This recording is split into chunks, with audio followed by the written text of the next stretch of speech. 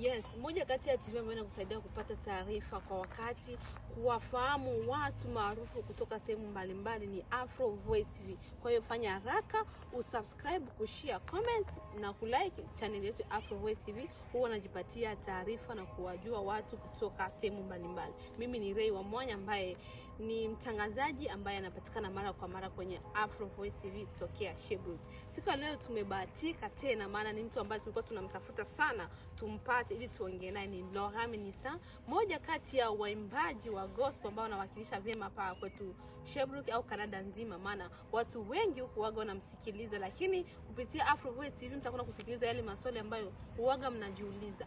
Kaa nasi mwanzo mwisho upate kusikia maneno kutoka kwa Laurent Minister. Shalom shalom kiongozi. Shalom. Hujambo? Sijambo. Habari za siku nyingi? Salama. Naona kama umepoa poa, tatizo limetokana na nini?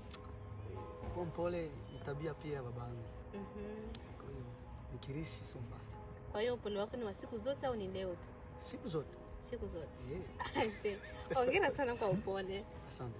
Yes, tuanze kwanza hapa nimeshakutambulisha sana muimbaji wa gospel ambao anawakilisha vyema ambaye ni Laurent Minister, na watu wengi huko wanakufahamu, lakini pia Afro Voice TV sio mara ya kwanza watazamaji kukuona. Yeah. Labda kutoka siku ile ambayo wewe kuongea na wewe mpaka leo umeshakuwa na jina lingine ambalo watazamaji walijue?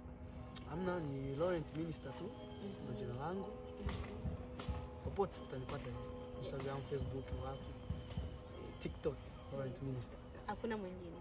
Hayupo. Kwa nini usiongeze jina lingine? Mungu akiruhusu. Akiruhusu.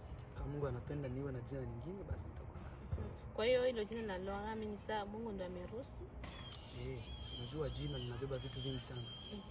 Kwa hiyo Mungu ndiye aliruhusu hilo jina liwepo, Laurent Minister. Na sifa zirudi kwake mwenyewe. Yes, moja kati ya waimbaji ambao wanasikilizwa sana hapa Canada, Sherbrooke, Quebec nzima ni Laurent Minister. Kwa nini waimbaji wengine ambao wasikilizwi kupitia wewe? Sijaelewa swali hilo. Yaani kuna waimbaji wengi hapa Canada huwa wako kimya sana, lakini Laurent Minister anatoa nyimbo mara kwa mara. Kwa nini hao wengine wasisikilizwe pamoja na wewe? Mimi nafikiri ni kutokana na uwepo wao, pengine kazi si unajua. Ndio.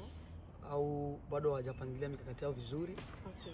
Si unajua mwenyewe tuna waimbaji wazuri na watu tu wategemee kuwaona, kwa sababu muda ndo kidogo bado unabana kwa upande wao. Ndio. Nafikiri kwa sababu muda ukiwa mzuri si ndo pale mtu anapotoa kazi kama vile sisi tunatoa kazi. Yes. Hivi kuna tofauti gani ya Laurent Minister na waimbaji wengine hapa Canada? Utofauti lazima uwepo. Huo ni lazima. Hakuna msanii yeyote hawezi kuwa kama mimi. Wala mimi siwezi kuwa kama wao. Lakini kulingana swali lako, utofauti lazima uwepo. Utofauti gani sasa? Utofauti ni kwanza ni kiroho mpaka na kimwili. Kwa hiyo utofauti lazima uwepo. Utakuwa mtu ni wa maombi sana, mwingine sio wa maombi sana. Utakuwa mwingine ni wa kusoma neno sana, mwingine sio wa kusoma neno sana. Sawa? Kwa hiyo lazima uwepo. Vaaji vile vile. Yes. Ukienda kwenye vaaji kuna watu ambao wanapenda tu kuvaa kikawaida. Na wengine siku hizi wanatuvalia mambo hayo ambayo tunayaona sasa hivi. Yes. Na wanahubiri, so lazima utofauti uwepo. Okay, sasa kwa wao tofauti, kuna wale ambao ni wa maombi, wengine sio wa maombi. Kuna wale wanavaa vizuri, wengine wanavaa vibaya. Sasa uko upande gani? Mimi lazima nivae vizuri. Lazima nitambulishe Yesu. Okay. Okay. Yeah. Laurent Minister. Okay, tumefurahi sana kukutana na wewe, maana ilikuwa ni siku nyingi. Kuna wimbo mmoja ambao umeutoa wewe na Emedia Hamisi.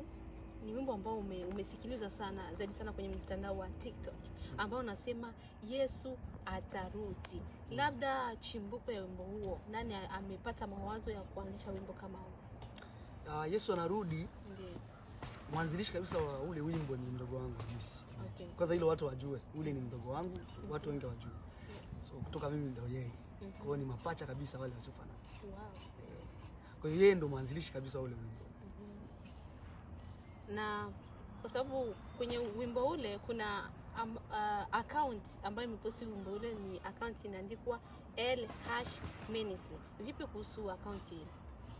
Ya account ile ina wasimamizi ambao wanaisimamia, na Laurent Ministry ilitungwa na watu ambao wanaisimamia, na ndio maana unaiona iko pale. No, kwa hiyo collaboration zote ambazo chupi tu sio kwamba tena ni kama vile collaboration. Ina maana ni kama vile ili imeundwa kwa sababu ya mimi labda na mdogo wangu. Nyimbo zetu watu watakuwa wanazipata pale. So kuna watu walitokea kusema amna bwana, sisi hatutaki collaboration wewe na mdogo wako, sababu nyinyi mnawakilisha vizuri, kwa hiyo tunahitaji nisimamie hicho kitu. Kwa hiyo hicho kitu kinaitwa LH Ministries.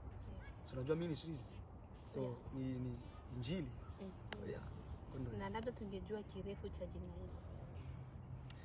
Muda kuzungumzia LH Ministries haujatokea, lakini ukikuwepo basi lazima nyinyi mtajua. Sababu unajua pale LH Ministries inasimamiwa, yani ina management. So muda wa kuruhusu watu wajue ile LH Ministries ni nini na ina maana gani, basi manager wataruhusu hilo na tutalizungumzia.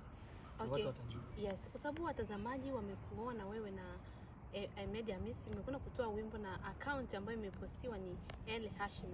Kwa hiyo tungetaka tujue tu kwa ufupi zaidi. Labda unasema haujaona muda wa kuongea kuhusu hiyo account yenu, lakini ungesema tu kwa ufupi. Yaani hata kiufupi siwezi kuzungumzia kwa sababu unajua inabidi ni respect na niheshimu kile ambacho wasimamizi ambacho wasimamizi wamepanga. So nikienda kinyume nitakuwa tena nimekosea. Okay, hakuna shida. Labda wimbo huo kwenye video kuna utofauti ambao watu wameona. Watu wanajiuliza, je, hapa ambapo wamekwenda kushuti video ni wapi? Watu wamejiuliza sana, wanashindwa kupata jibu. Ni kweli. Ile video tulishuti tukiwa Marekani. Okay. Marekani pale Michigan. Okay. Kwa hiyo nafikiri uongozi ndio ulitupeleka kule.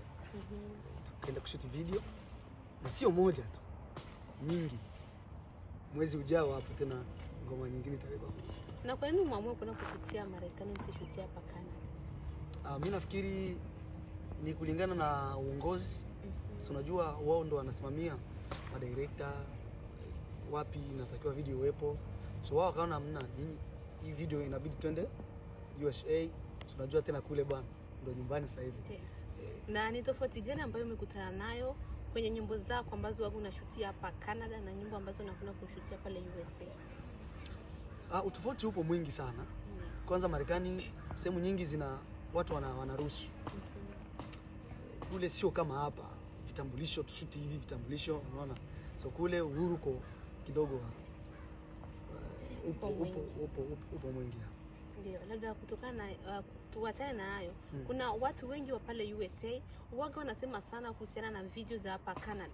Waga wanasema mbona Canada kuna waimbaji wazuri lakini makameramani wanazingua sana. Una kipi cha kujibu hapo? Wewe kama mtu ambaye umeshakwenda kushuti kule. Swali nzuri sana, lakini kitu ambacho nitawaambia wanaouliza hilo swali ni kwamba shida sio madirector. Madirector wako vizuri tu. Wako vizuri. Lakini unajua hapa kwetu sio kama kule. Hapa vitu kama hivyo nilivyokuambia ndio huwa vinazingua sana. Sio kwamba video sio kali. Tunatoa video na wao walikuwa wanazikubali. Kwa hiyo nafikiri ni upande wa uwajibikaji wa madirector ndio haujakuwa sana kama kule. Okay, labda unaweza kuwa na neno moja la kuambia wale ambao wanasema kwamba makameramani wa Canada wao wanazingua sana waimbaji wao. Hilo swala mimi sikubaliani nao. Madirector wetu hapa wapo vizuri. Ukiangalia Frank Production yuko vizuri. Wao unamwona gani? Kwa hiyo ukiangalia Jack, director Jack yuko vizuri. Ukiangalia director Ruben ambaye ashakufanya kazi nyingi, pia na mimi ashakufanya na mimi kazi. Nafikiri kama ilikuwa mwaka 2020 na ngapi? 21 sijui kitu kama hicho. So video ziko tu vizuri na wapo vizuri. Ni uwajibikaji tu ndio haujakuwa vizuri. Okay, asante sana. Moja kati ya video ambayo tuliwahi kuiona na iliwahi kupostiwa sana ikionyesha waimbaji wengi wa Sherbrooke wakiwa studio huku wakiandika na kusema kwamba waimbaji wa Sherbrooke wameungana kwa pamoja ili wapate kutoa wimbo kwa pamoja. Lakini mpaka sasa hivi hatujawahi kusikia hata kionjo cha wimbo. Labda wimbo huo ulishia wapi na lengo la kuimba wimbo huo ilikuwa nini? Kwanza hilo swali ni la management ya Afro Voice TV. Mimi siwezi kujibu kabisa. Kwa hiyo swala kwangu hilo swala. Wao ndio viongozi wa ile project, wao ndio walisimamia na wao ndio walikusanyisha waimbaji. Ndio. Na watu wakaona na wanategemea kitu kikubwa kitakuja. Sema tu hilo swali wao ndio nyinyi management yenu. Wao ndio watajibu. So mimi swala kwangu. Okay, sawa. Labda maana pale kulikuwa waimbaji wengi sana ambao Laurent Minister hajawahi kupiga nao collab, lakini siku ile aliwahi kukutana nao. Labda wewe unabagua waimbaji kusema kwamba hii ni level yangu au sio level yangu? Hilo ni swali nzuri sana kwa sababu watu wengi wanazungumzia hivyo na mimi niko kimya. Sitaki kujibu. Lakini inabidi leo ni wajibu. Ni kwamba waimbaji wetu hapa ni wazuri sana. Wazuri sana na wanafanya vizuri sana. Lakini kazi zipo ambazo tushakufanya nao. Na labda kusema kwamba mimi kama mimi kutoa kazi na hao waimbaji ndio hiyo haijakuwa. Lakini kuna baadhi ya waimbaji ambao tushakufanya nao nyimbo ila asikubatika kutoka. Labda tatizo ni nini? Siwezi kujua kwa sababu wao ndio wanishirikisha mimi. Lakini mimi kitokea namshirikisha mwimbaji yeyote hapa. Basi hivyo ujue Yesu anashuka na miguu yake mbili. Kama ulivyotabiri Yesu anarudi. Yesu anarudi. Na hajarudi bado. Anakuja. Watu wajiandae, watu tubuni dhambi jamani. Nyinyi ndio wasababishaji wa Yesu kutokuja. Inabidi watubu dhambi Yesu aje. Yesu anatafuta. Kwa hiyo Yesu akija atashukia Shebruk au atashukia wapi? Mahali popote. Kila mtu atamuona. Na inabidi kukaa makini sababu unaweza ukajikuta umelala. Yes. Wenzako washaenda. Mungu amekuja, Yesu amekuja kuchukua kanisa. Wewe ukabaki umelala. So, ni vizuri watu wageuke na wasubiri Yesu kurudi. Yesu anarudi. Hilo watu walijua Yesu anarudi. Okay. Moja kati ya kitu kingine ambacho hatujawahi kukiona kwenye mitandao yote ile. Kuna waimbaji wengi pale USA ambao wanafanya makolabo na watu wa Tanzania. Lakini pia kuna waimbaji hapa Canada wanafanya kolabo na watu wa Tanzania. Lakini hatujawahi kuona watu wa Canada na watu wa USA wanafanya kolabo. Kwa nini? Swali nzuri sana. Mimi tu niwaambie watu kwamba watu watulie. Ndio. Kazi zipo ambazo tutafanya na watu wa Marekani na wasanii wazuri tu. Sio wasanii maarufu kama watu ambao wamezoea, lakini wasanii ambao wanajua kuimba. Sababu hapo kuna utofauti wa mtu maarufu afu na mtu anayejua kuimba. Kwa hiyo watu wajue hivyo. Kwa collab zipo si nilikuwa USA. Yes. Kwa watu watarajia vitu vizuri, collab zipo kabisa. Hapo unaposema kwamba kuna waimbaji ambao ni maarufu lakini hawajui kuimba, ni kama vile unawachanganya watazamaji. Labda ungewaambia au kuwataja wale ambao ni maarufu lakini hawajui kuimba. Siwezi kuwataja. Na watu wanajua. Watu wenyewe wanajua. Huyu anajua, huyu hajui. Hapa ni Miayusho, chama cha Tanzania, hapa si Miayusho. Yes. Kwa hiyo unajua Marekani bwana inabeba vipaji vingi sana. Ambavyo labda wao waliamka kabla yetu. Labda mimi niseme nilikuwa sijakuja Canada. Yes. Unaona? Kwa mimi nishafika na kule wasanii wazuri wapo wanaimba vizuri. Tutegemee kitu kizuri kabisa kinakuja kutoka Marekani. So mwaka huu unaisha, tutegemee mwaka kesho collab zipo za Marekani na Canada. Okay.